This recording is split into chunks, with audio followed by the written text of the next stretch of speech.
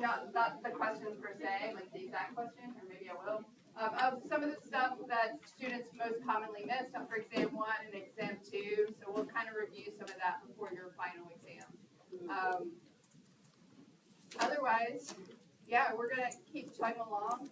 You guys are doing fine. The percent grade in Blackboard is accurate. I do have it set up. The only thing it doesn't have is the 10 extra points. So again, you can think of those 10 extra credit points that you did, as if you add 10 points to one of your exam grades, or you can think of it as just adding 2.5 points to your percent grade. And that's the reflection, that's going to be the score that you currently have in class. So if you have questions or concerns about your grade, definitely come visit me during my office hours, which I kind of screwed up this week and last week too. But I'm going to be back to it. I'm going to check my schedule every morning when I come in to make sure I don't miss office hours. And I don't plan on changing them all, though I am going to have to not do tutoring this week. Not that I expected a lot of students to show up anyway, but I can't do tutoring tomorrow. And I'll send an announcement about that to remind you. But otherwise,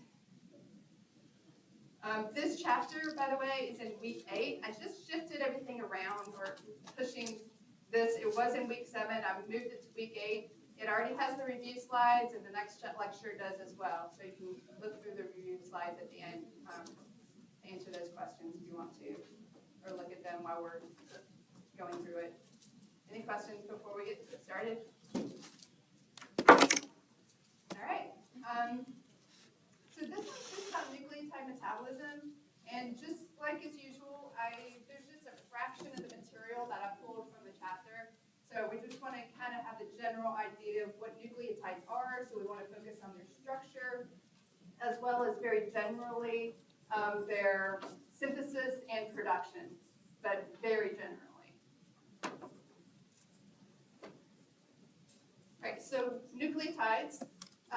We know them mostly in relation to the fact that we need them for DNA, but they actually have quite a few functions. So it is the building blocks of nucleic acids. Nucleic acids include not just DNA, but also RNA. So RNA and DNA are our nucleic acids. So RNA just stands for ribonucleic acid. DNA stands for deoxyribonucleic acid. We also need nucleotides to synthesize, so for synthesizing proteins. So as RNA, you have transfer RNA, messenger RNA, and ribosomal RNA. We're going to be talking about this next week, how we synthesize protein using these guys. But the base, the monomer, the building block of RNA are nucleotides. So without RNA, we cannot even make protein. So nucleotides are important for making protein because they're the basic units of RNA. We also need nucleotides for coenzymes. So especially some of the ones we've already talked about, coenzyme A, which is what B vitamin? Pantothenic acid. So I do want you guys to know the scientific terms here for these. You are learning the scientific language, so that's the goal, right? So FAD is what vitamin? Riboflavin. And what is the B vitamin that makes up NAD here? Niacin. So these are the B vitamins, but they have a component within them, within these structures, that are made out of nucleotides. So nucleotides are not just about DNA and RNA, but also an important component of these coenzymes, like coenzyme A, FADH2, NADH. They're also important in AMP and GMP, which means also ATP and GTP. So the energy currency of the cell we know is ATP. GTP is also an energy currency of the cell. It's used in a few reactions. Usually we take GTP and make ATP out of it, but these are the basic component of ATP and GTP are nucleotides, as well as second messengers, which we haven't talked a lot about. This is a biochemistry class, so I feel like we should have talked about them more. But AMP, cyclic AMP and cyclic GMP are just really important signaling molecules in the cell. So when we're doing the signal transduction, for example, when glucagon or insulin bind their receptor, they start a signal cascade. Those signal cascades often involve these messengers, cyclic AMP and cyclic GMP. And they just are communicators, essentially, within the cell. They're second messengers. They take the message of insulin and propagate it within the cell. We're not really going to focus on the function of all these guys, but just understand that all of these structures, RNA, DNA, these coenzymes, FAD, NAD, cyclic AMP, cyclic GMP, ATP, GTP, a major component of these molecules are nucleotides. So we're going to focus on nucleotides today, though, however, and what they look like, how they're made, and how they're broken down. So the structure. There's essentially two families, purines versus pyrimidines. These purines and pyrimidines make up what's called the nitrogenous base component. So nitrogenous base are the purines and the pyrimidines. So the purines are adenine and guanine. There's only two purines. And the pyrimidines are cytosine, thymine, and uracil. So C, T, and U versus A and G. A big difference between, well, I'm not so worried that you remember this, but, well, this part I do want you to remember. So thymine versus uracil. Do you guys know which one is in RNA and which one is in DNA? Which one is in this T here? Is that in DNA or RNA? DNA. So you know you have DNA if you have a thymine. If you have a U, you know that you're looking at RNA. So RNA contains uracil, DNA contains thymine. And the difference really between those, it's not really big, but there's just a methyl group on thymine that's donated by folate, which we'll talk about in a second here. But that's the main thing I want you to remember. Thymines are in DNA, uracil is in RNA. And we'll talk more about purines and pyrimidines in a second here. But nucleotides are made up of a nitrogenous base. And that nitrogenous base, again, can be a purine, adenine or guanine, or a pyrimidine, cytosine, thymine, or uracil. The second part that makes up nucleotides is the sugar. Sugar is a ribose or a deoxyribose if we're talking about DNA. A ribose, is that a 6-carbon or a 5-carbon molecule, a ribose? 5 carbons. So a ribose is a pentose sugar. Pentose means it has 5 carbons. It's a 5-carbon sugar. So sometimes you may see that someone just describes the sugar as a pentose instead of saying a ribose. And it's the same thing, ribose, pentose, we tend to use it interchangeably. But more specifically, I'll be calling it a ribose.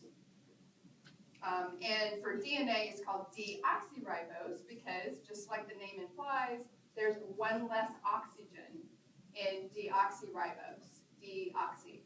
And so, again, deoxy, that's deoxyribonucleic acid versus the ribonucleic acid. The third part of the structure of the nucleotide is the phosphate group. So phosphate groups can have 1, 2, or 3 phosphate groups attached. So for example, AMP, adenosine monophosphate, adenosine diphosphate if it's ADP, and adenosine triphosphate if it's ATP. So that just is dependent upon the number of phosphate groups attached. And the phosphate group is also negatively charged, and so nucleotides will be negatively charged, and that's because of the phosphate group, PO4 negative. So phosphate groups are negative, and thus your DNA will be negatively charged. That's important, especially if you're trying to do research, but not that you guys are probably going to do biochemistry research, especially after taking biochemistry. All right, regardless, nucleotides, I want to mention 2 nucleosides. It's good to know this. I just put in parentheses, may not be that important. I won't ask you on the exam, but in case you see nucleosides, They're the same thing as nucleotides, except they don't have a phosphate group. So if you see nucleoside, it's the same, it has the nitrogenous base, it has the sugar, it just doesn't have the phosphate group. So you may see nucleosides written somewhere in your textbook or on the slides. This is just showing you the picture. So again, here's the ribose here. Ribose means it has an extra oxygen versus deoxyribose means it lacks that oxygen. So an oxygen has been removed in DNA. Here's what purines and pyrimidines look like. So we're going to focus on their structure.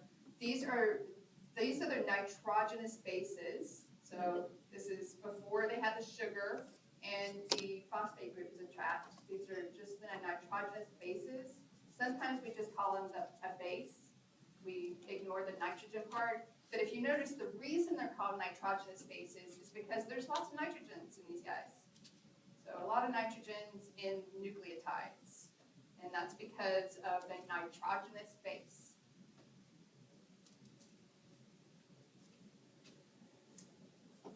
Here's just showing you the phosphate groups attached. So this base stands for the nitrogenous base. So again, it could be a cytosine, uracil, adenine, thymine.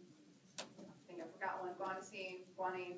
And so the base would be here. Here is the pentose sugar. So you have, it's 5 carbons. So you have 1, 2, 3, 4, 5 carbon sugar. And then here are the phosphate groups. They're high energy bonds, which is why ATP has these high energy bonds. When you break these bonds, it releases energy. 1 phosphate group is a monophosphate. 2 phosphate groups, you have a diphosphate. If there's 3 phosphate groups attached, you have a triphosphate.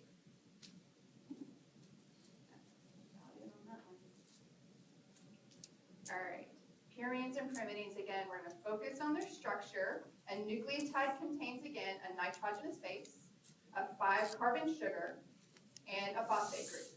That's what nucleotides contain. And these guys are needed. We're going to focus for the rest of the term on DNA and RNA. We're going to show, we're going to look at how DNA is made and how RNA is used to make protein. So hopefully some of you might feel like this is review, because this is a little more biology that we're doing the rest of the term. So some of you have seen this before. Maybe not the synthesis of purines and pyrimidines, which we're about to talk about next. But when it comes to this, I don't care if you don't learn any enzymes and don't learn any major steps. I essentially want you to know the starting material and the products. Starting material and the products, and I'll have them specifically laid out in here in the slides. So we need them again to synthesize DNA and RNA. This AA stands for amino acids. Amino acids supply the nitrogens for these nitrogenous bases. Pyrimidines versus purines. So we're going to talk about these, the production or synthesis of them individually, but this is a snapshot of how you make them. Starting with pyrimidines.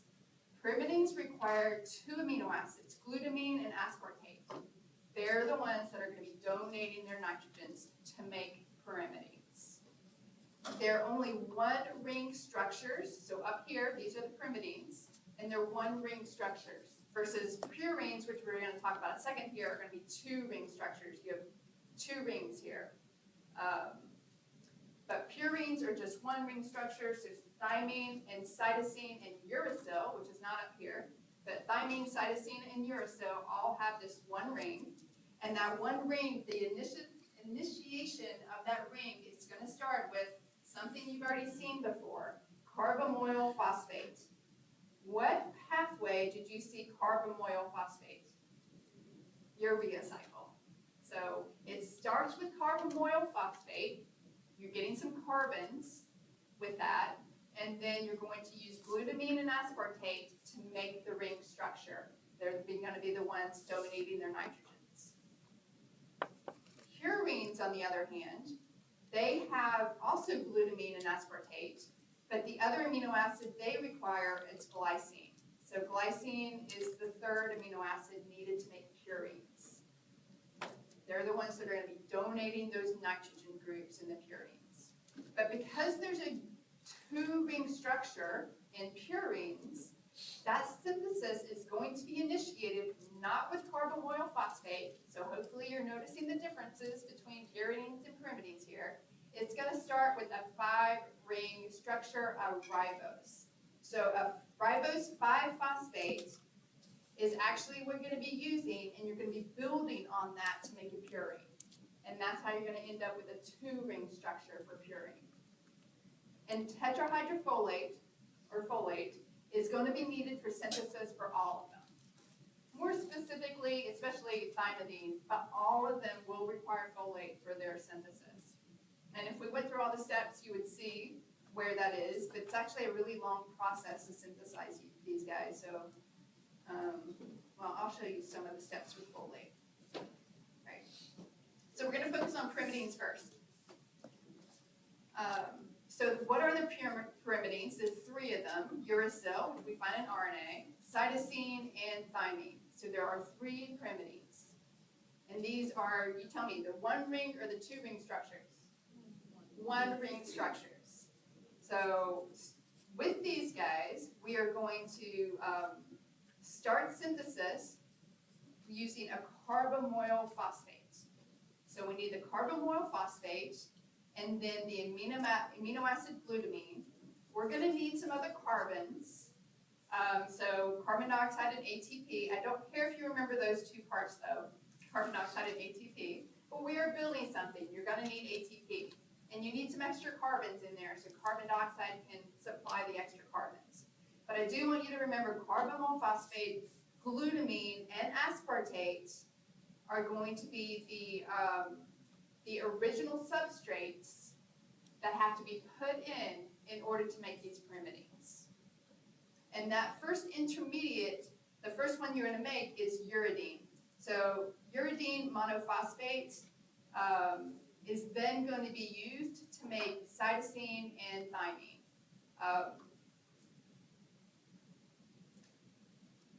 Uracil, cytosine, and thymine, by the way, are the nitrogenous bases. So these guys, uracil, cytosine, and thymine. These are the nitrogenous bases. When they're put together and made into the nucleotide, they're not just called uracil, cytosine, and thymine anymore. They're called, well, depending on the structure, but you have uridine monophosphate, cytosine triphosphate, thymine monophosphate, or sometimes, what else do they call it? Actually, I might just leave it at that. Oh, that's the first structure. So I just want you to not worry too much about the different there we go. Maybe they don't have thymidine. Sorry, I'm just seeing if they have it named different things, because I don't want it to confuse you guys, and I forgot to check beforehand. I guess not. All right, so here's the actual steps. There's a lot of steps and a lot of enzymes that are involved in the synthesis of these guys. But this is what I want you to focus on. So here's the carbon dioxide ATP, but the glutamine is what you want to focus on. So we have a glutamine coming here, and it's going to bind with carbomoyl phosphate. So these are the first 2 steps. Don't learn the enzymes. I don't care about the enzymes. But the glutamine, carbomoyl phosphate, and then here's the aspartate. So those are the 3 main components. You need a glutamine, you need a carbomoyl phosphate, and you need an aspartate. And then you're going to go through a variety of more steps.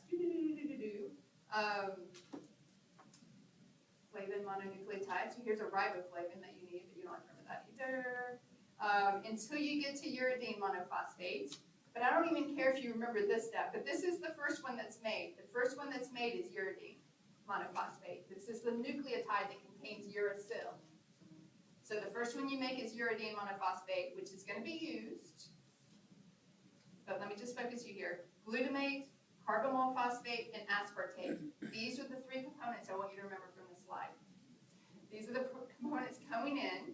And then what you end up with is, this is the product here. One of the products is uridine monophosphate, which is going to be used to make the other 2 here.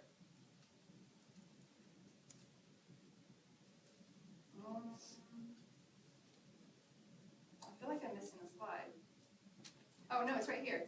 I just was picturing a different picture. All right, so here's uridine triphosphate, triphosphate, monophosphate, same thing. It's going to be used to make cytidine, which is the nucleotide that contains cytosine, so the cytosine. And here it is uridine, UDP, uridine diphosphate, which is going to be used to make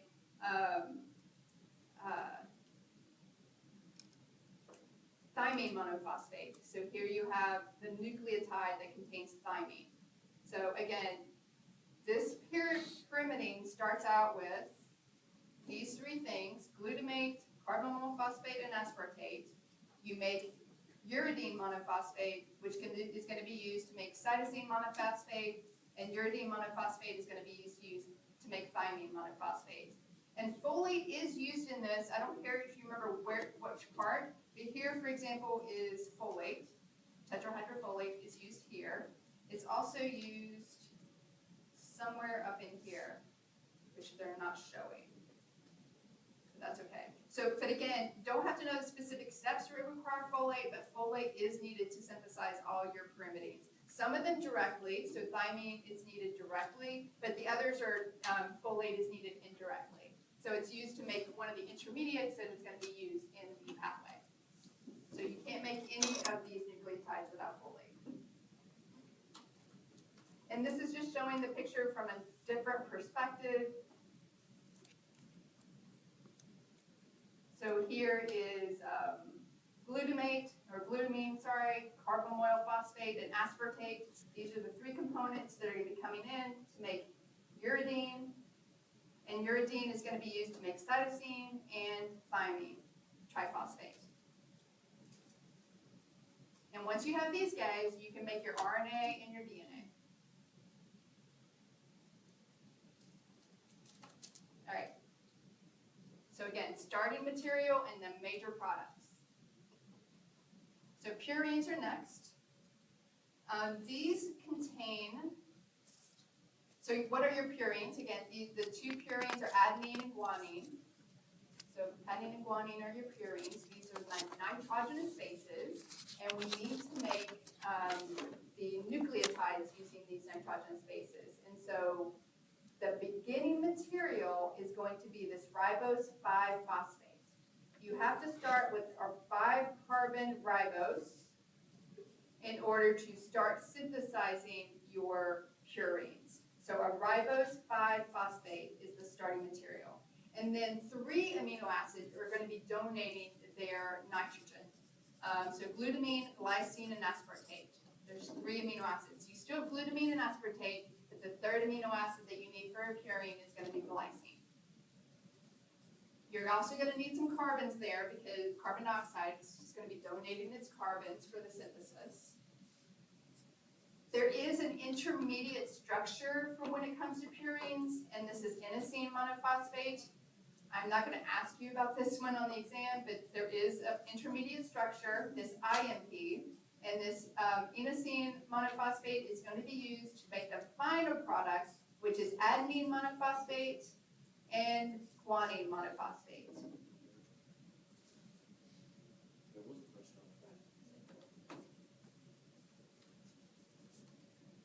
On the practice exam. on practice. Was it a weekly quiz? No, it was one this last time. Oh, There was a question about IMP being precursor for anything. well, maybe last term I cared about it more. But this term, I can tell you it wasn't on the exam, and I can tell you my brain is not going to focus on that for the exam. So, I might have kept it on there. It's an important intermediate, but I don't think it's one that I care about. So I won't put it on the exam.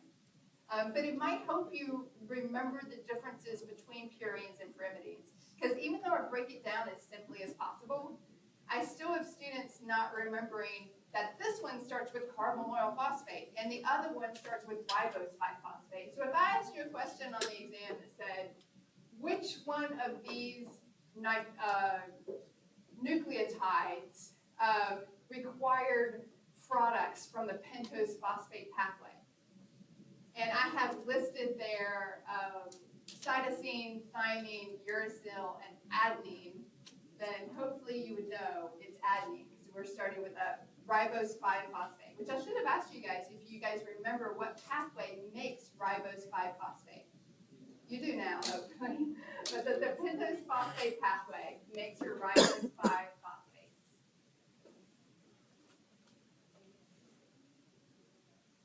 But I will ask you at least 1 or 2 questions about the starting and finishing material for purines and pyrimidines. Yes. Real quick, what are the final products the AMP and GMP, or is it the ATP? So that's a good question because I don't really worry about the difference because they're all nucleotides. They're all if they have a phosphate group attached, so whether it's AMP or ATP, there's really no difference because at that point, once you make AMP, you just need to add a couple of phosphates to make ATP. And so the products, to answer that question, are any of those, AMP, ADP, or ATP, GMP, GTP, or GDP, and the same thing for the others. UTP, UMP, or UDP. Those are all the final products. I have a question. Yes. Can you repeat what the starting reactants are? Starting material for pyrimidines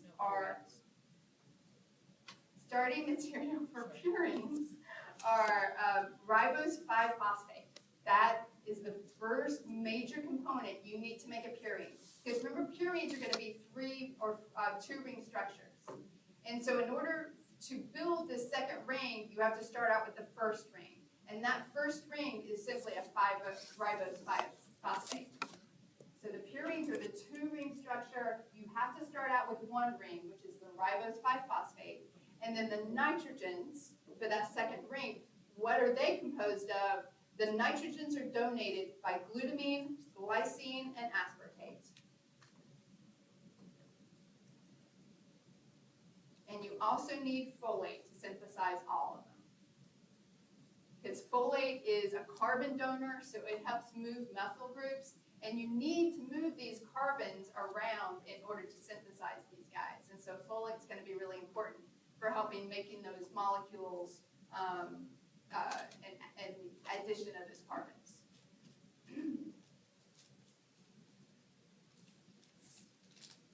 And this is actually showing you which here is the nitrogen groups that glutamine. So glutamine has 2 nitrogens. It has 2 amine groups. So it can donate 2 nitrogens. Aspartate's donating a nitrogen here. Glycine's donating a nitrogen. And then you have tetrahydrofolate, which is folate adding a carbon. Folate moves carbons around. Carbon dioxide. Don't memorize this, but this is just showing you where those nitrogens and carbons are coming from in order to build this purine. And here is the whole synthesis. So this is what you don't need to know, but I like to keep it on my slides because I want you to see it's not as simple as what I'm just talking about. There's a lot of enzymes involved, there's a lot of chemical movement of molecules, there's a lot of ATP involved because this is anabolic, we're synthesizing something. So if you want to read about it in detail, go ahead, but that's not what's going to be on the exam. Oh, and that was just the first part. That was just making the first inositol monophosphate. So this, or inosine in this case, inosine monophosphate, this is the first part, and then this is the part where you take the inosine monophosphate here, and you make the AMP and the GMP. So, very long process, and I don't think that it's going to be worth your time to memorize this process. So that's why I abbreviated it a lot. Right, but now we have to talk about how we break them down. So the starting material, what we end up with, and now that we have them in the body, remember everything's eventually recycled. And so we have to think about how we recycle when we break down our DNA, how do we get rid of these pyrimidines and purines safely from the body? Because remember, Nitrogen is toxic by itself. We gotta get rid of the excess. And so how do we get rid of this excess nitrogen when we're breaking down cells, breaking down the DNA? So starting with pyrimidines. Pyrimidines are simply going to be broken down using lysosomes. That's, lysosomes are vesicles. I call them recycling centers in the cell, but they're vesicles that you can input various molecules, and there's lots of enzymes and chemicals that can help break stuff down. And that's what happens with pyrimidines. They're put inside of lysosomes, and lysosomes have special enzymes that can break these down. So it's gonna open up the ring, you're gonna break down those carbons, you can release them as carbon dioxide, and ammonia, and carbamoyl phosphate. So the carbamoyl portion in ammonia, these were the, well, ammonia wasn't necessarily a starting product, but you know where the ammonia comes from. The ammonia comes from the nitrogen groups, and the nitrogen groups came from amino acids. So what do we do with ammonia? Ammonia, just like when we're breaking down amino acids, will be converted into urea, sent out into the blood to the kidneys, and excreted in the urine. So essentially, degradation of pyrimidines, you stick those guys in lysosomes. Lysosomes have the enzymes to break it all down. What are you going to do with the nitrogen? Nitrogen is going to be converted into ammonia, and ammonia can be sent to the liver, turned into urea, sent to the kidneys to be excreted in the urine.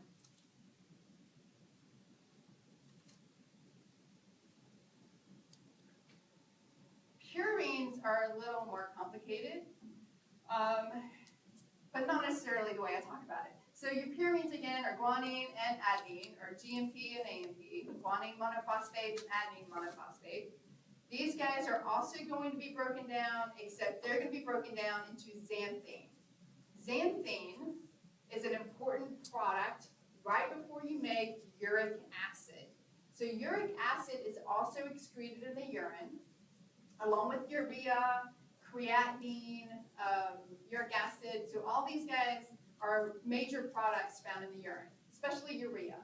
And that's what pyrimidines. So pyrimidines eventually, they're broken down into ammonia, the nitrogens turn into ammonia, and you made it into urea. But purines are broken down into xanthine, which is converted into uric acid. So you do not make urea from your purines. You only do that with pyrimidines. You make uric acid out of the purines. And the reason why this is important is because what happens when you get buildup of uric acid? What does that cause? Gout.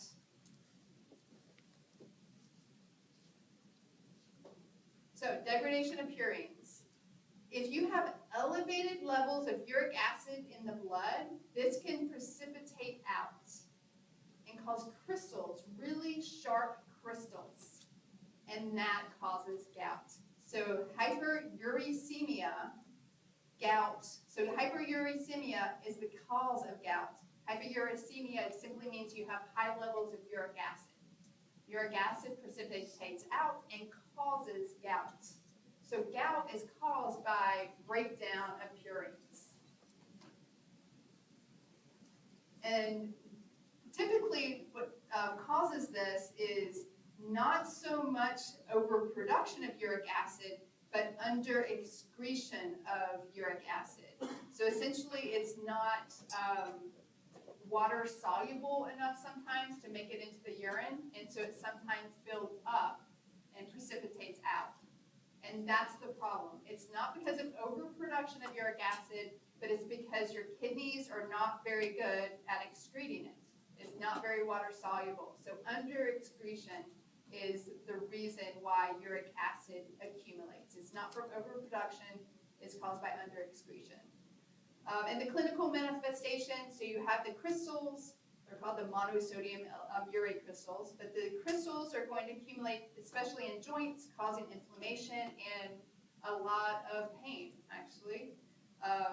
It can become dangerous, especially if it accumulates in certain soft tissues, but oftentimes it will be the cause of kidney stones. So kidney stones can be caused by a few things, one of them being precipitation of this uric acid. Can be one of the causes of kidney stones. How do we treat it? So there's lots of drugs. uricosuric agents. So agents that will bind up uric acid in order to help increase their excretion. And also with diet, which I think is on the next picture.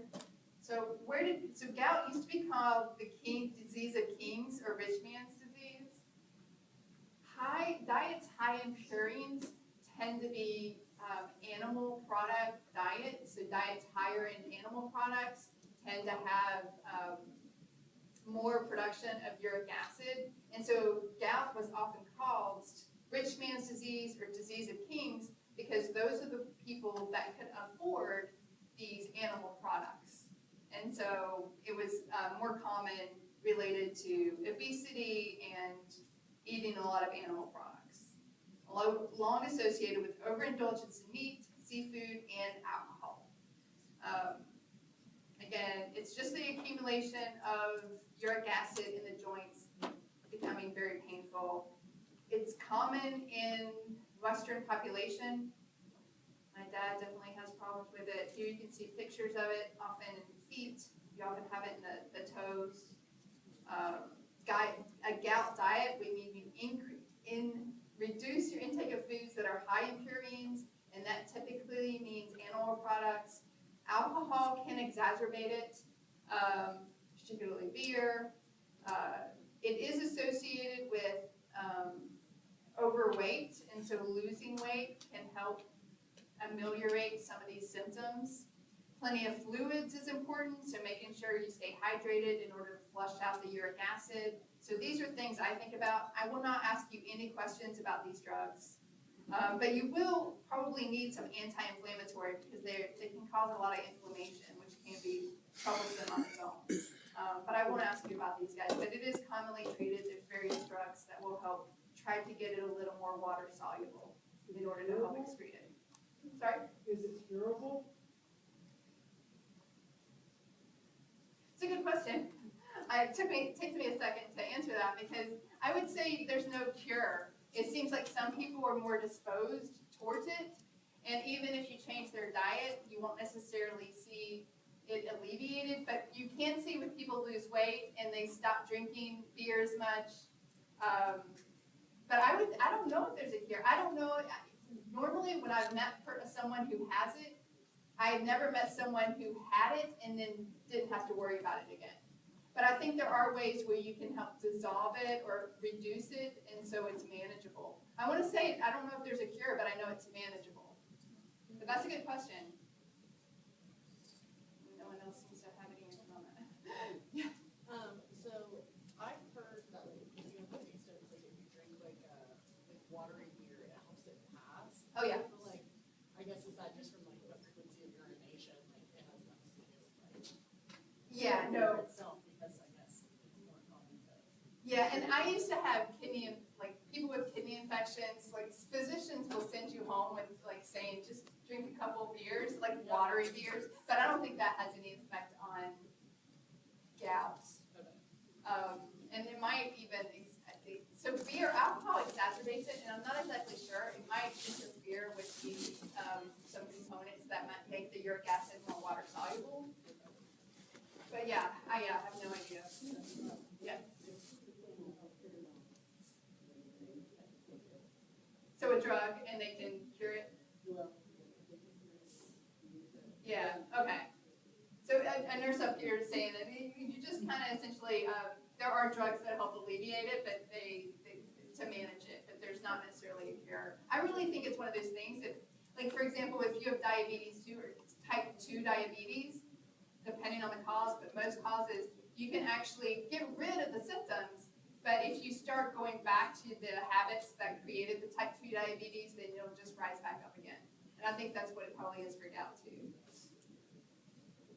And here's other various ways they can kind of decrease. This is extremely painful. I don't know if you guys have ever had a needle stuck in your knee, but let me tell you, you do not want this. I've never had gout, but part of me wants to say that that would be better. But I guess this is temporary, so, but this is to help remove fluid and inflammation related to gout. And that's really it. That's it for this lecture. There's another one, so don't run away. Sorry. I know you guys want to like take, but I really want on week 10 that last 2 hours to be just review. So that's why I'm gonna keep going. But the next one is also kind of not probably that hard. We are gonna take a break right now. Forgot to do it quickly. But the next one is also going to be on DNA replication. So it'll feel, hopefully to some of you who have had biology, a little bit more like a review relative to some of these other things that we discussed, like fatty acid synthesis you probably never had before until you came to this classroom. All right. I'm going to get you the quickly number before you take your break.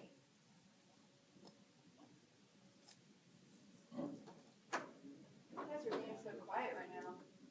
We're tired. I got it. I respect that.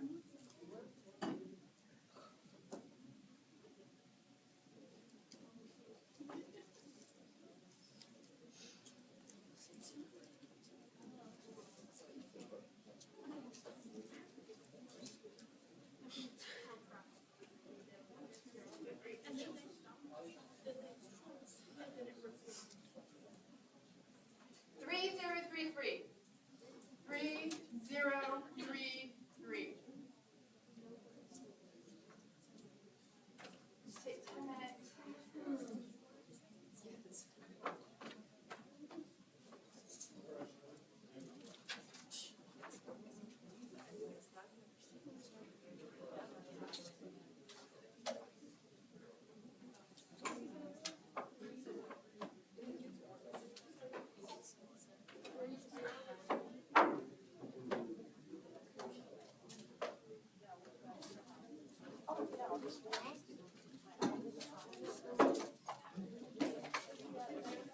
Start on it. Fire.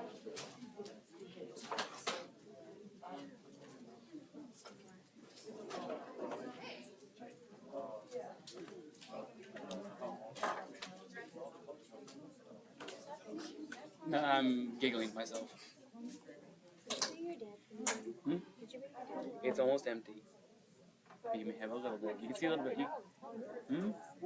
Fine, let's go. Oh yeah, I'm recording this. You probably shouldn't have said that. So they heard the whole thing. Sarah smokes. Oh my God, who would have thought? Unless I give them the link, which some people do ask occasionally. Really? Yeah, I just needed it. I'm about to burst into tears over that. understandable. But yeah, so hard.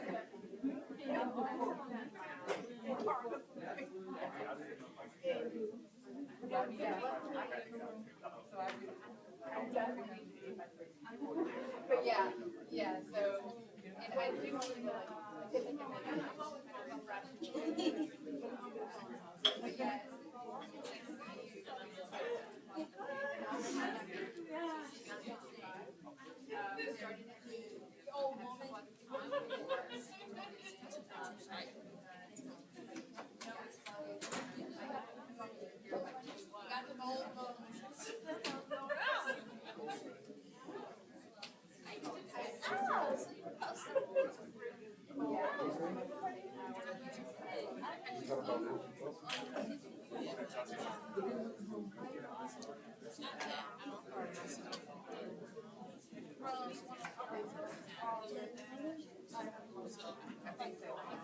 Whichever one is close, right?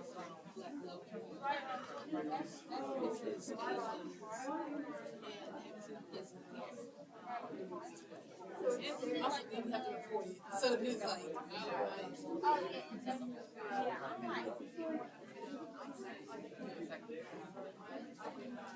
dang, for us,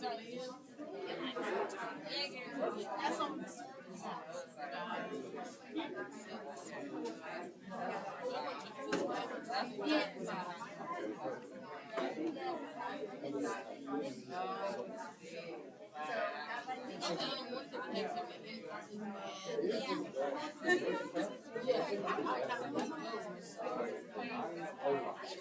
I'd be like, what is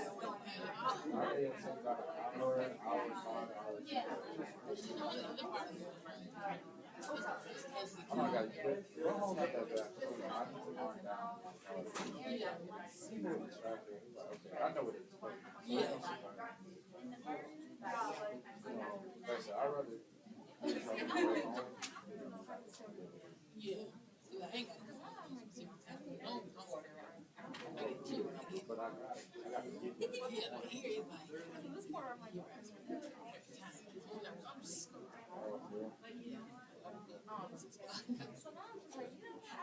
That's how it was at first. I was like, it's only us. Then they was like, no, like I said, they are late. That's what happened to me now. They get it. Right. I'm like, go ahead.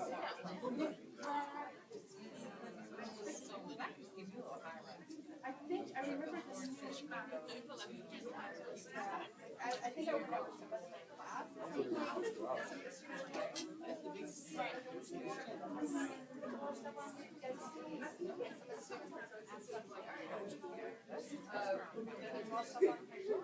Yeah, I'm pretty sure. Yeah, so I just want to get rid of some of this stuff. So, yeah, I would do that. Okay.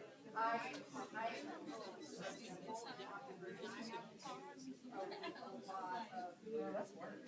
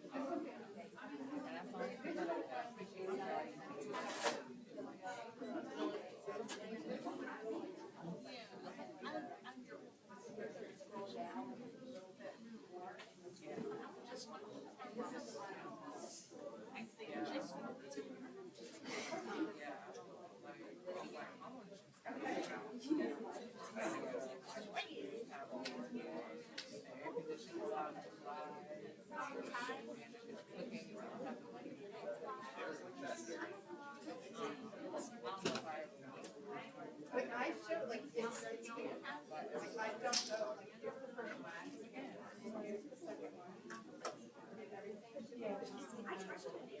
You might if you walked in, you might have to go back to I think what happened is I was working on it.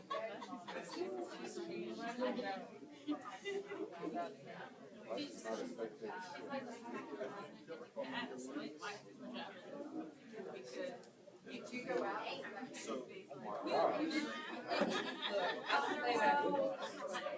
My name is Nala. At least you know to go. At least you know to go there. At least you know to go there. It's just like a smart thing. I can fix that. I don't know how, but I can fix it.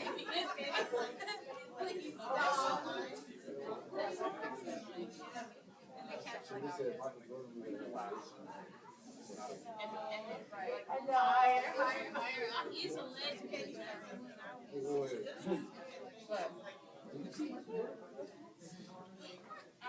yeah, actually.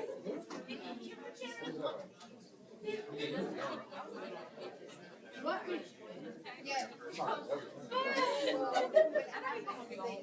Well, that's not like, I'm actually curious, so it's not like, he's acting like that. I'm just curious. Assuming that she's open to it.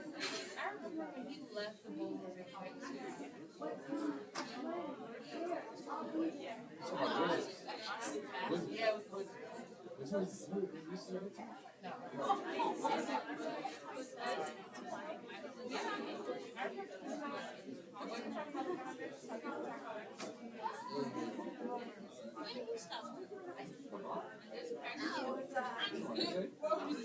They stopped playing before Ron came to the beat. She was like, Still, I remember when we went to baseball. took out.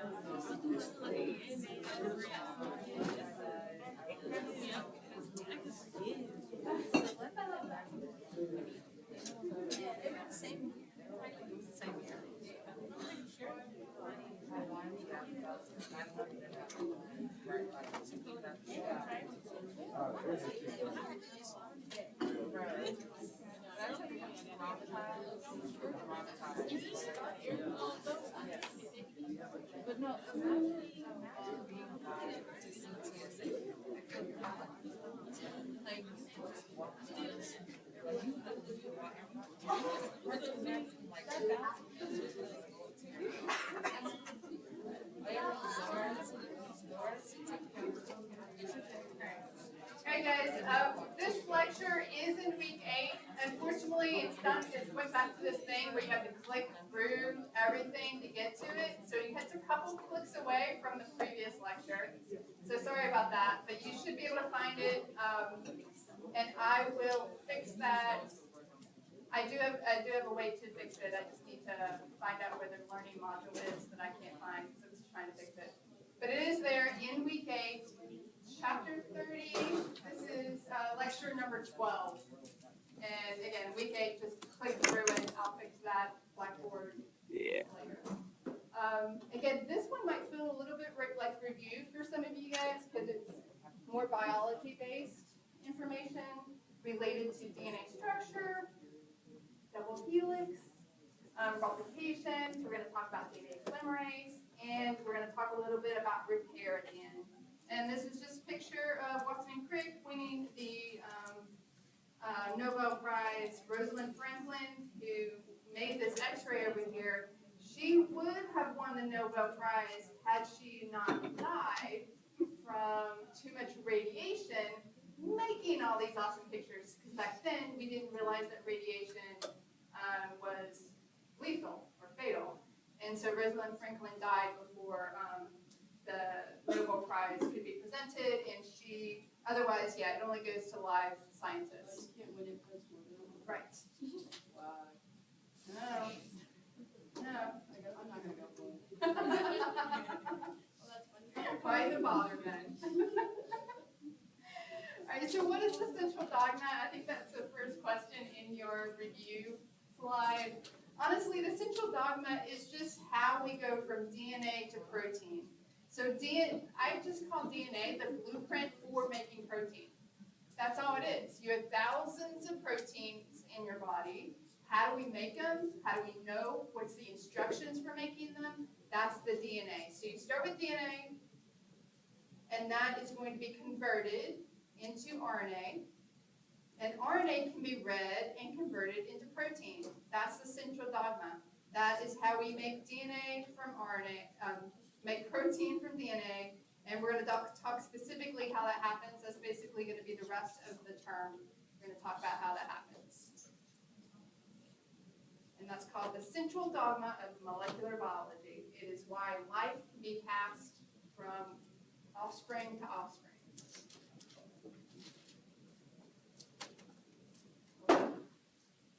DNA to RNA to protein. It's called the central dogma. All right, DNA structure, basics of DNA structure. I'm going to try to, I kind of roll my eyes because I've seen this a million times. Some of you might be the first time, so I'll teach it like it's the first time. Double helix. Your DNA is a double helix. So you're going to have two strands that are going to be wrapped around each other in a double helix style. And I'll show a picture in a second here. The two strands of the double helix, I'm going to make a double helix, are running anti-parallel. So in other words, you have one strand going from 5' to 3', and the other strand is going from 3' to 5'. So they're running anti-parallel to each other. What are they? They're long chains of nucleotides. We already know what nucleotides are made up of, but I have it here just in case you've already forgotten from a couple minutes ago. Nucleotides are made up of a phosphate group, a pentose 5-carbon sugar, also known as a ribose or a deoxyribose, and a nitrogenous base. And the nucleotides can be either a purine or a pyrimidine.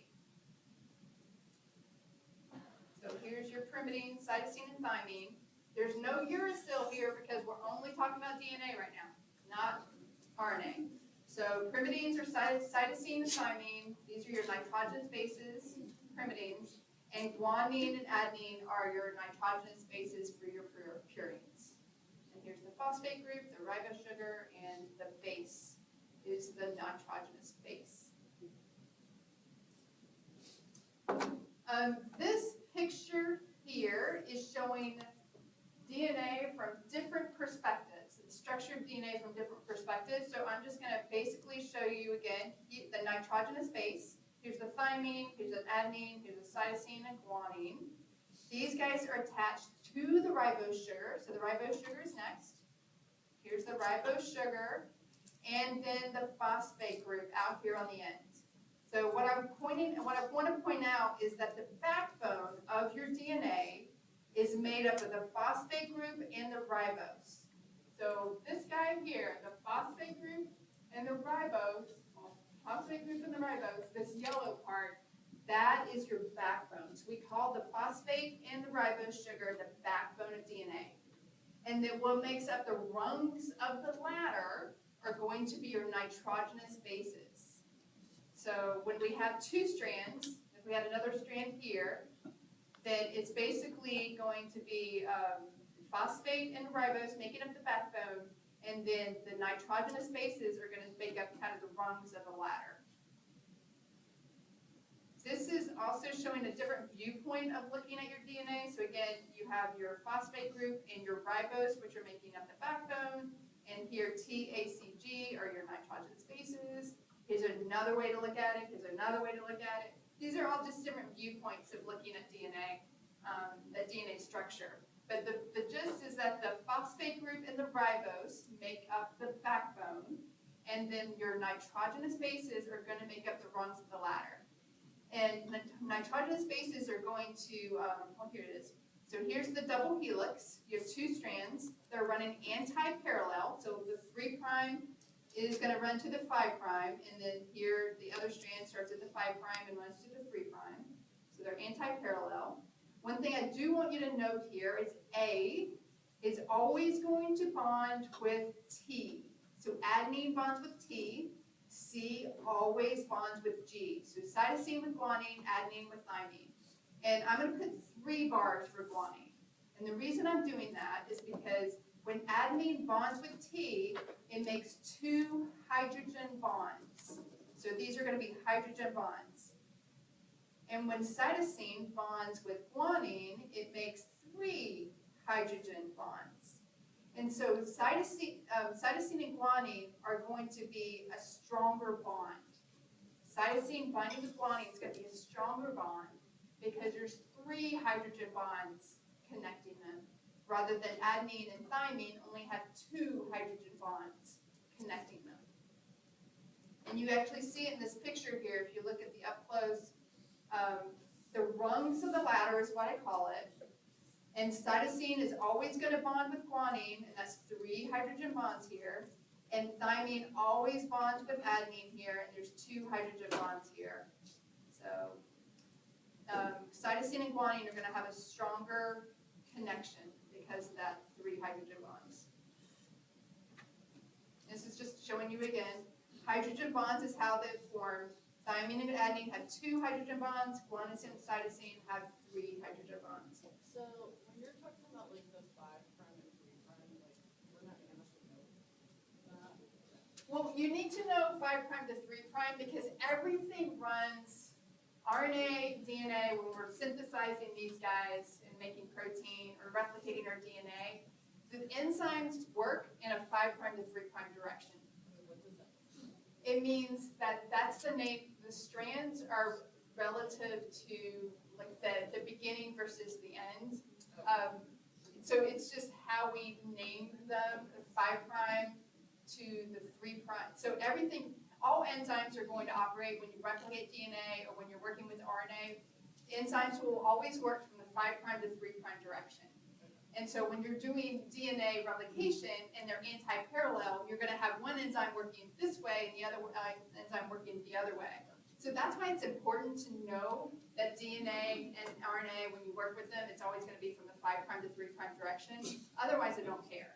But do always remember when we replicate DNA or when we're making protein from RNA, we're always going to work from the 5' to 3' direction. So it's like how we read left to right. Yeah, it's kind of like reading left to right. Essentially, your enzymes can only read in one direction, 5' to 3'. And they are anti-parallel, so you can see this better in this picture. One strand is always running in the 5' to 3' direction, and the other one is running in the it still runs in the 5' to 3', but they're anti-parallel, so it's going to be connected to the other one in the 3' to 5' direction. So it kind of like comes together. And that's, yeah. And so when we get to replication, you're going to see why that makes a difference. It's going to cause a leading strand and a lagging strand with DNA replication. And here again, showing the rungs of the ladder. So what's the backbone? The backbone are your phosphate groups and your ribose sugar, and the rungs of the ladder are your nitrogenous bases making those hydrogen bonds with each other.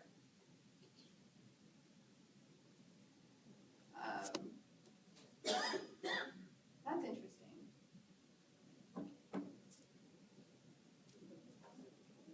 Do you guys have anything written on this slide? No.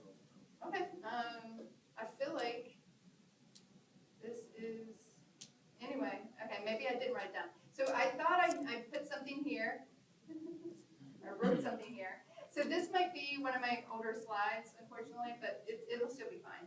And so what I want you to point out here, I'll just write it out. So DNA that has a high AT content is going to have a slower melting point. So this TM stands for the melting point. If you have a high AT content, it's going to melt faster. So it's, in other words, it's going to come apart faster. Because if you have high AT content DNA, there's only 2 hydrogen bonds. So it's going to have a lower melting point. In other words, and this is important, essentially it's going to come apart faster. Versus if you have a high GT content, because remember, guanosine and cytosine have 3 hydrogen bonds. So it's going to have a relatively higher melting point. In other words, it's going to be harder to pull DNA that has a high GC content apart. Because they have 3 hydrogen bonds holding them together, you have to add more temperature to pull those strands apart. If it's just a high AT content, lots of adenine and thymines in that DNA, it's going to be easier to come apart because there are only 2 hydrogen bonds holding them together. That's what this picture is saying, and that's what my slide was supposed to say.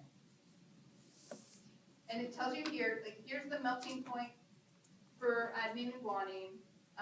And essentially, if you have a high GC content, you have to have a higher temperature in order to melt them, to make those strands come apart, versus if you have just a high AT content, you can have a much lower temperature in order to pull that DNA apart.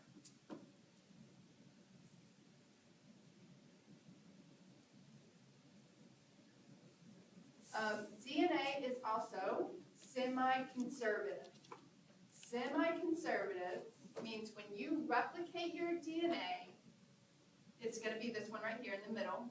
When you replicate your DNA, it's going to look like this. This is the original strand. So again, you have two strands, and both these gray bars are the original strand. And each one of these is going to be used as a template to make the new strand. So the blue here is the new strand. And it's going to be made from copying the original strand. That's why it's called semi-conservative. And the reason this is important is because historically, for many, many years, we didn't know how DNA was replicated. And so for a long time, they thought it was conservative, meaning the original was used to make the new one, but the original stayed intact, and then you had the new strands with two new strands. That would be conservative. It means that you conserve the original. But we know it's semi-conservative now. We know that one of these strands is going to be used to make the new strand. So it's semi-conservative in that this is the original strand, and then it's going to be attached to a new strand. And then the other original strand is going to be used to make the new strand. So if you see this on the exam, DNA is semi-conservative when it replicates. The original strand is going to be used to make the two new strands. And then there was this other theory, but that one is, yeah. Well, it's the same thing. It's dispersive essentially means it's like a mismatch of new and old, new and old, new and old. That's why it's blue and gray, blue and gray, blue and gray. And it means that you had the original and the new kind of dispersive throughout it. But we know that semi-conservative is the DNA. Not continuous, it's not just conservative, and it's not dispersive, it's semi-conservative.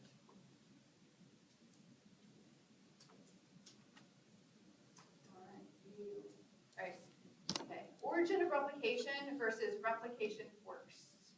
So origin of replication means, so this over here, part A, by the way, a lot of the stuff we're going to be talking about, we're only going to be talking about it from a bacteria perspective, because this is biochemistry basics. If you were taking upper level biochemistry and becoming biochemistry graduate students, we would be talking about human DNA replication. But a lot of the replication stuff we're going to be talking about today is the basics that we know from bacteria. But you should understand the general differences between bacteria and human eukaryotic cells. So bacteria, if you remember from Dr. Liu's class, essentially their DNA is circular. And essentially they're going to have one origin of replication, and that DNA is going to be replicated from either side.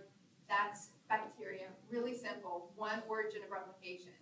But we are multicellular eukaryotic cells. In other words, we're going to have multiple origin of replications because we have chromosomes. We don't have circular DNA, we have chromosomes, strands of chromosomes. And within those chromosomes, you're going to have multiple origins of replications, not just one. And that's essentially what that's talking to here. Your origin of replication is exactly what it sounds like. It is the site where DNA begins replication. Origin of replication. That's where the DNA polymerase is going to come in, and you're going to start copying your DNA. And in humans or eukaryotic cells, you're going to have lots of origins of replications throughout the chromosomes. Whereas in bacteria, you only have one origin of replication and two replication forks, one going in one direction and the other going in the other. But for human eukaryotic DNA, you're going to have hundreds or thousands going at the same time. Because we're much more complex. All right, again, a lot of this information was elucidated in bacteria area. We know a lot of the human DNA replication stuff, but it's way more technical and detailed. So we're going to focus on the basics of DNA replication. And I'm going to give you a few terms, hopefully going to be pretty simple for you guys to learn the definition and do well on the exam. Starting with, so here example would be a replication fork. So essentially here we have the beginning of unwinding the DNA. So how do you start replicating your DNA? First you have to unwind it. The first thing that has to happen is you have to unwind it. Pull it apart in order to get the machinery in there to do its work. What is going to unzip or pull it apart is a helicase. Helicase is the enzyme that unzips and pulls apart that double helix. So helicase is the scissors that's going to unzip the DNA and unwind it so we can get the machinery in there. So it's all going to start with DNA helicase. And that's what this green guy is in here, is DNA helicase. The other thing I'm going to point out, you'll see this, the definition of it in a second here, are these little yellow dots. What are these guys? These are single-stranded binding proteins. Actually, here's the name of it. Single-stranded DNA binding proteins. What are they doing? All right. I have two strands of DNA, and they're interwound together. And the helicase is going to unwind them. But keep in mind, the thymine and adenine and guanine and cytosine are going to slap that DNA back together. That's what, as soon as you start unwinding it, DNA helicase is going to be unwinding it, it's going to want to come back together. And so single-stranded binding proteins, what they're going to do is, as helicase is unwinding it, those single-stranded binding proteins are going to sit on it, and they're going to prevent it from slapping back together. That's what single-stranded binding proteins do. So when you see this on the exam, if you have a question on single-stranded binding proteins, think about me clapping my hands in class. That's what they're doing. They're preventing the DNA strands from wanting to come back together. So that's helicase and your single-stranded binding proteins.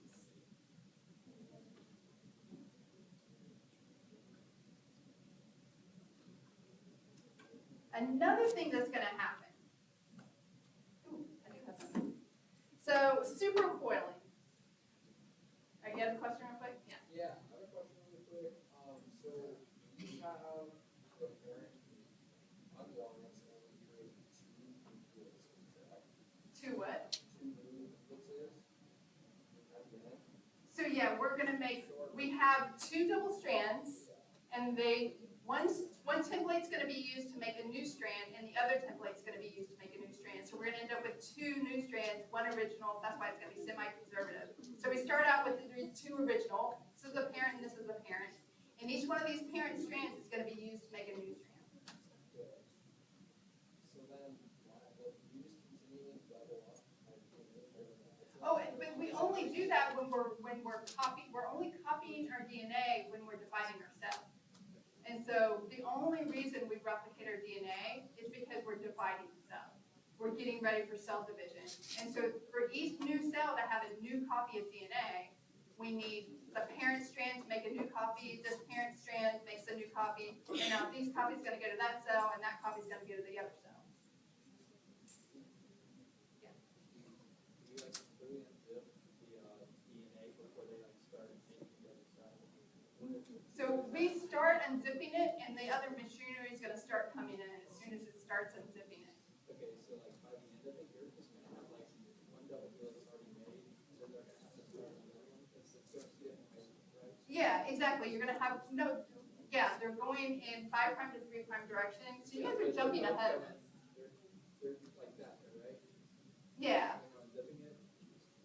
but it's unzipping, and you're going to have the machinery on this strand, and then the machinery on that strand. Hello. Let's go back. So let's get to that part first. We're just now getting to the we're unzipping it. We're just unzipping it, but we are going to get to that part in a second here.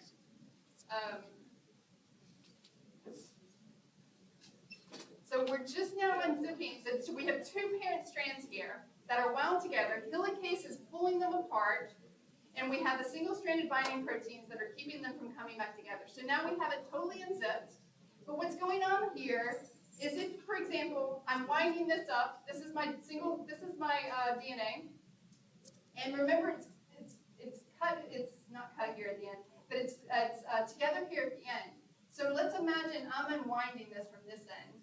And I'm going through and I'm unwinding it. You see the tension that occurs as I'm unwinding it? That's called supercoiling. And so something is going to have, this is a lot of tension on the DNA. And so something has to relieve that tension while helicase is unwinding it. Because it's unwinding it, causing a lot of supercoiling, a lot of tension as it's unwinding it. So that's the next term you need to learn, topoisomerases. Topoisomerases are going to come in and cause a nick essentially in this in order to release tension so they can remove the supercoiling. So when it's supercoiled, if you just cut a little nick in this guy, it will help remove the tension. It can unwind it a little bit, relieve the tension, and then the topoisomerase also has a way to glue it back together once it makes that nick. So if you don't want to have to memorize all that I just said, know that topoisomerases release the tension from supercoiling. That's their job. So we're unwinding. We've got single-stranded binding proteins helping prevent it come together. Topoisomerases reducing the tension from supercoiling. Here's a couple of pictures of that. So essentially, here's the supercoiling. And a topoisomerase is going to be able to come in, just create a nick here in order to kind of release some of that tension. And then it has a ligase that's going to be able to seal it back together. And there's different types depending on whether we're dealing with bacteria or eukaryotic cells. But just remember topoisomerases. There's actually a few different types of topoisomerases depending on how they work. But they all work to relieve tension from supercoiling. Yes? Can you compare like topoisomerase and helicase in terms of like One of them, comes first? so helicases come first. Like the first thing we have to do is unwind the DNA. So you're not even going to get supercoiling until you have unwinding of the DNA. It's in its little helix, and then helicase is going to come in and start unwinding, and that's when you're going to get supercoiling. So helicase comes first, then the single-stranded binding proteins, and then topoisomerase is going to just sit on this other end where you have the supercoiling, and it's going to help just keep relieving the tension as helicase keeps unzipping. All right.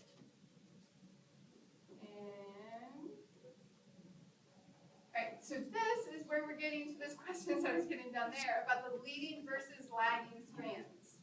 So we are going to have, when we're unzipping here, so here, when we're unzipping, we end up with what's called a replication fork. It's the place, so right here is where we're unzipping.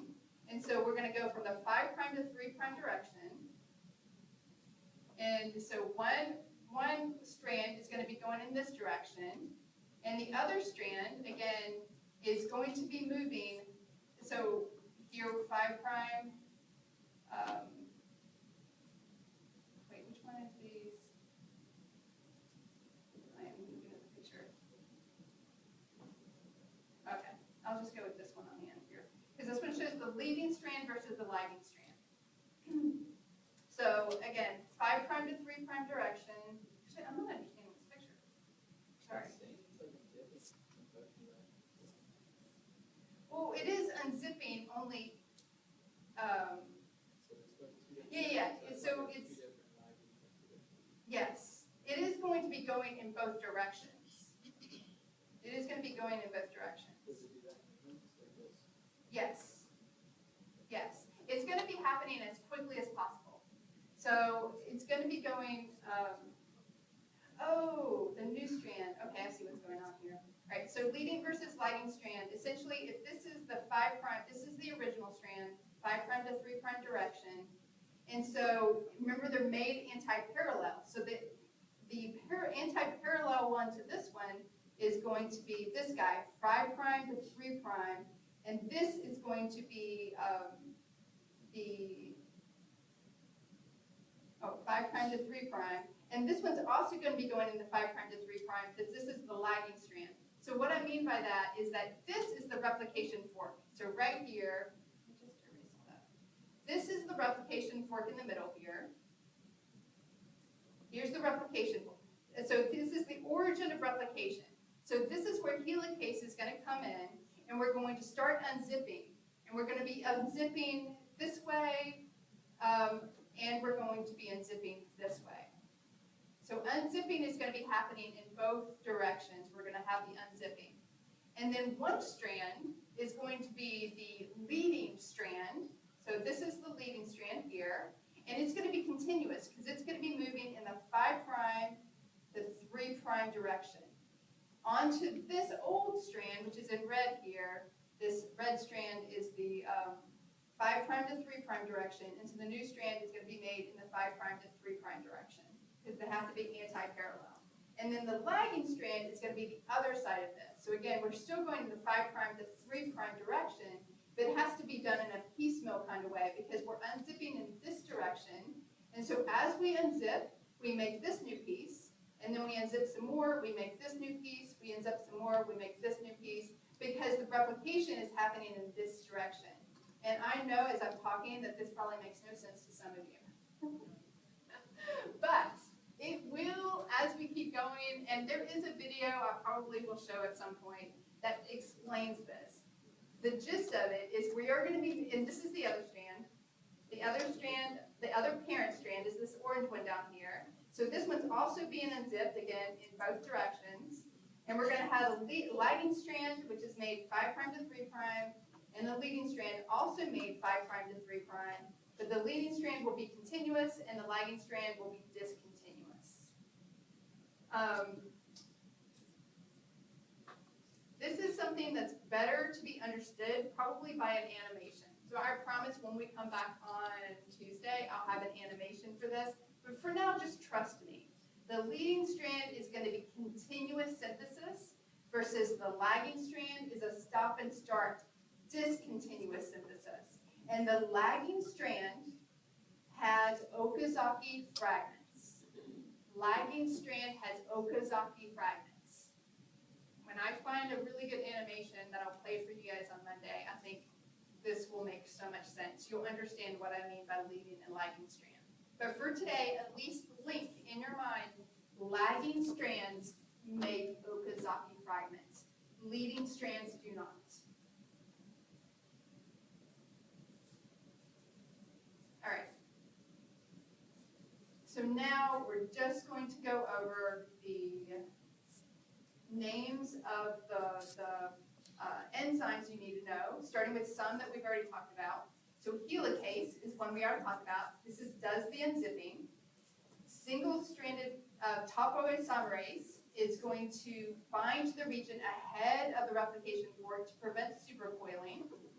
Single-stranded binding proteins are going to be near helicase, near the replication fork, to prevent the single-stranded DNA winding back together. In other words, it's going to want to slap back together and bind back into the helix form. So single-stranded binding proteins are going to prevent that. That's what these gray guys are here. Topoisomerase is sitting here. It's helping relieve tension. Now we're going to add to those three.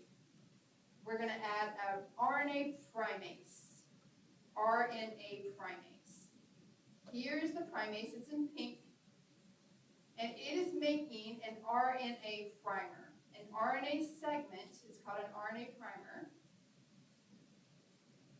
Here's the primer. And what is this for?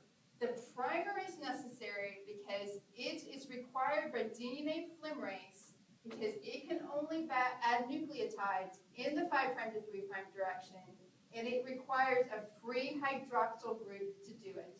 So you need a free hydroxyl group, OH, and that's what the primer adds. The primer adds a free hydroxyl group, and now DNA polymerase can start replicating and adding DNA to the new strand. I'm going to show you this probably in the next picture. But that's what RNA primase is. So you're actually putting RNA into your DNA. But it's okay, because at the end of replicating your DNA, those RNA primers are going to be removed and replaced by DNA. So they will be replaced. Here's an RNA primer. RNA primers are necessary because they have a free hydroxyl group. This guy right here. This free hydroxyl group is important because DNA polymerase cannot bind, and DNA polymerase is what replicates the DNA. It cannot bind unless it has a free hydroxyl group. So RNA primers are needed to initiate DNA synthesis. And what makes RNA primers? It's going to be an RNA primase. RNA primase makes the RNA primer. And now, once the primer is created, DNA polymerase can bind and start initiating DNA synthesis, thanks to the RNA primer being here.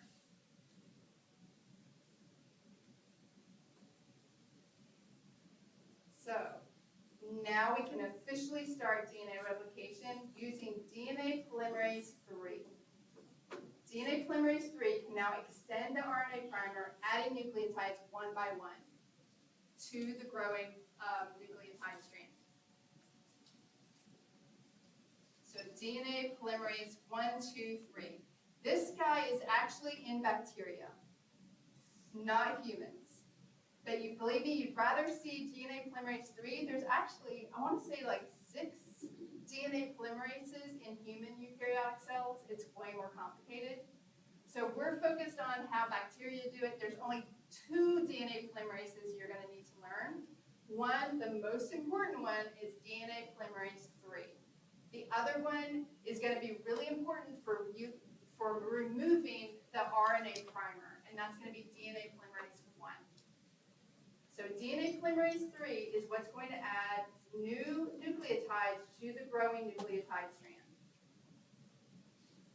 All right, so again, DNA helicase unwinds. Single-stranded binding proteins prevent the DNA from the strands from coming back together. Topoisomerase is going to sit there and prevent supercoiling. RNA primer is going to create an RNA primer that DNA polymerase 3 can now bind to. And once DNA polymerase 3 binds, it can start growing the new nucleotide chain by adding complementary base pairs. Complementary base pairs means what complements A? What does A bind to or hydrogen bond to? T. And G, hydrogen bonds to C. So they're complements. A's complement is T, G's complement is C. So if I had a strand that had AAG, what would be the complement to AAG? TTC. So there'll definitely be a question about that on the exam. If you have G, C, A, T, what is the complement of G? C, G, T, T, A. So you should be able to do something like that on the exam. Those are going to be complements of each other.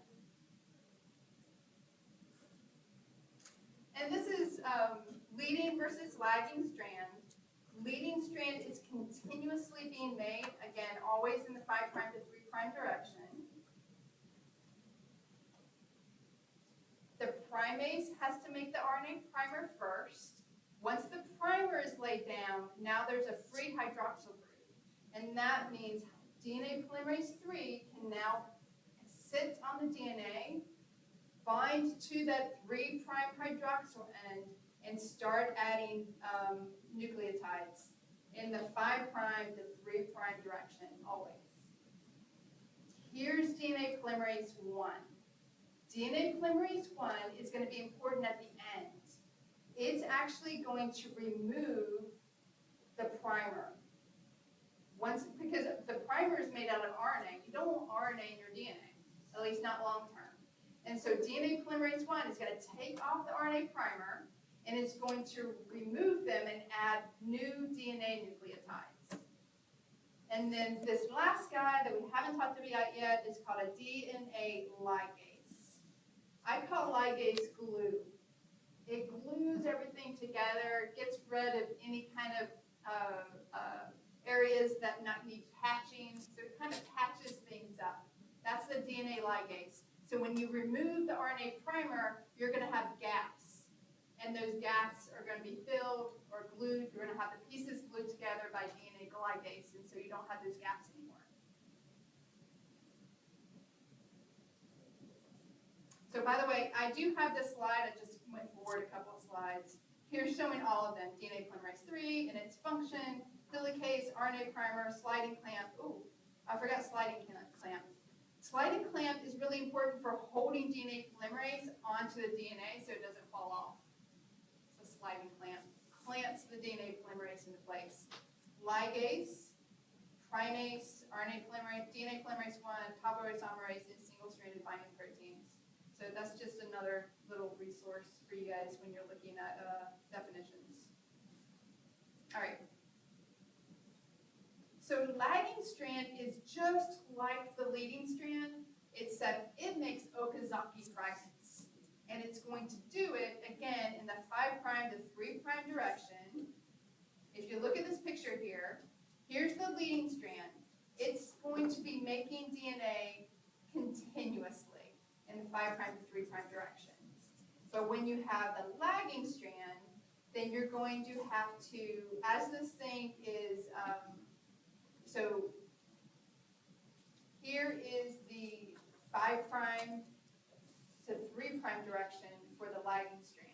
And so you're going to be making a new piece here, and then you're going to be making a new piece here, and a new piece here, and a new piece here. And so these are going to be called Okazaki fragments because they have to be made, I call it in a piecemeal kind of way. They have to be made in pieces and then glued together using a DNA ligase. So the lagging strand can't be made continuously because it can't be made in the 5' to 3' direction continuously. Because the opposite strand is the other parent strand. Again, I'm going to really show an animation of this because I'm having a really hard time trying to explain leading versus lagging strand. But it's the same thing otherwise.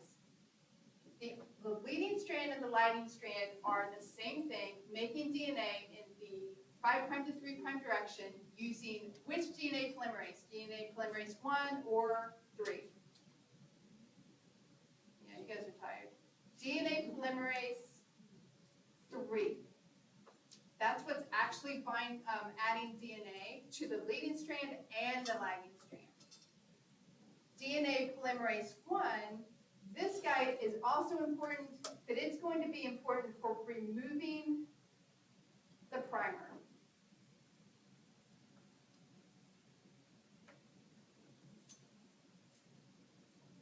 So again, all of this is just explaining what I just talked about. You got to put down a primer, and then that's because the DNA polymerase needs that 3-hydroxyl free end. Nucleotides are going to be added into the 3' end of the primer, basically, so they can go in the 5' to 3' direction. As the fork widens, primase will lay down a new primer, and so you're going to have multiple primers, multiple fragments made in the lagging strand. But otherwise, it's the same thing as the leading strand. DNA polymerase 3 is what's going to add new nucleotides. DNA polymerase 1 is what removes the RNA primer. And DNA ligase is the one that's going to seal the nucleotides together at the end. Here's the summary. Ooh, I want to see if I can play this. No, it won't let me do it. I have it as a PDF.